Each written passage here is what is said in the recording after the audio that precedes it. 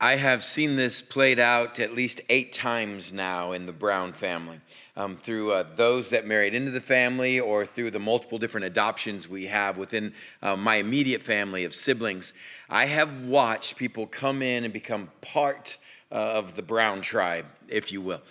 Most noticeably, when one of my 2 brothers or my sister, or even myself seeing it firsthand, when we brought someone to the family that we were engaged to or were about to be engaged to, and you have to go through that entire process of family, just kind of summing up, all right, who are you? Where do you come from? And it was a big deal. I've seen it through multiple adoptions in our family of brothers and sisters, or my mom and dad at one time taking other kids and bringing them into our family and saying, from now on, you are a part of us.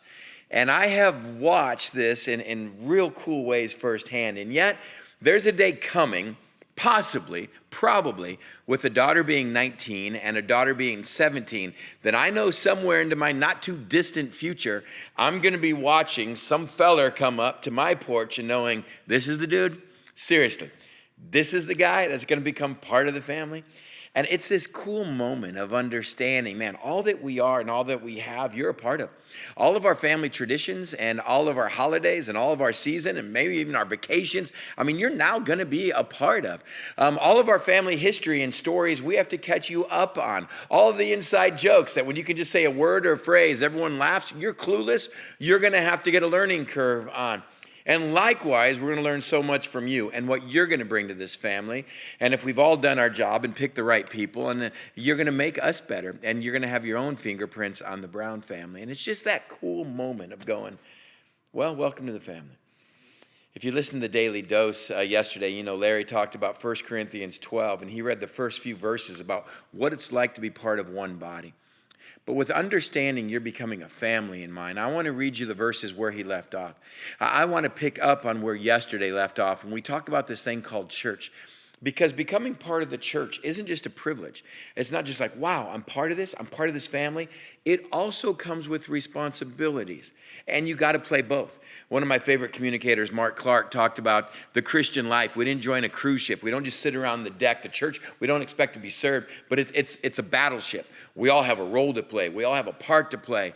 And today I'd like to go, yeah, and both. Can I pick C, all the above? There's times in the church where you just go, man, I'm so glad to be here. Man, I need this. Man, this is time for me to sit back and just be refreshed and to take in. But to also keep in mind, this isn't simply a cruise ship. You don't come to church and say, hey, we're here to serve you. We're here to take care of all your needs. You do have a role to play, as Larry touched on yesterday. And it's a both and. And I want to read you a part of this. 1 Corinthians chapter 12. There's quite a few verses here. This is simply, welcome to the family. Let me show you what you're a part of, church. The privileges and the responsibility. Verse 14. Now the body is not made up of one part, but of many. And if the foot should say, well, because I'm not a hand, I do not belong to the body, it would not for that reason cease to be part of the body. And if the ear would say, well, I'm not an eye, therefore I don't belong to the body, it would not for that reason cease to be part of the body. If the whole body were an eye, where would the sense of hearing be? If the whole body were an ear, where would the sense of smell be? But in fact, God has arranged the parts of the body, every one of them, just as he wanted them to be. Did you get that? Congratulations, Christian. You're part of the church. And God has you exactly where he wants you. And he is giving you everything that he has given you for a part and a role to play in the church. If everyone was one part, where would the body be? As it is, there are many parts, but you are all one body. The eye cannot say to the hand, I don't need you. The head cannot say to the feet, I don't need you. On the contrary, those parts of the body that seem to be weaker are indispensable. And the parts that we think are less honorable, we treat with special honor. And the parts that are unpresented are treated with special modesty, while our presentable parts need no special treatment. But God has combined the members of the body and has given greater honor to the parts that lack it, so that there should be no division in the body, but that its parts should have equal concern for each other. If one part suffers, every part suffers with it. If one part is honored, every part rejoices with it. Now you are the body of Christ, and each one of you is a part of it.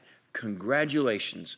Welcome to the church. It is both a privilege and a responsibility. I pray that this study of Daily Dose on what the church is would open your eyes to who you are, the benefits that you have, and the responsibilities for the role that you have specifically been made to play a part of in this thing we call church. Welcome to the family.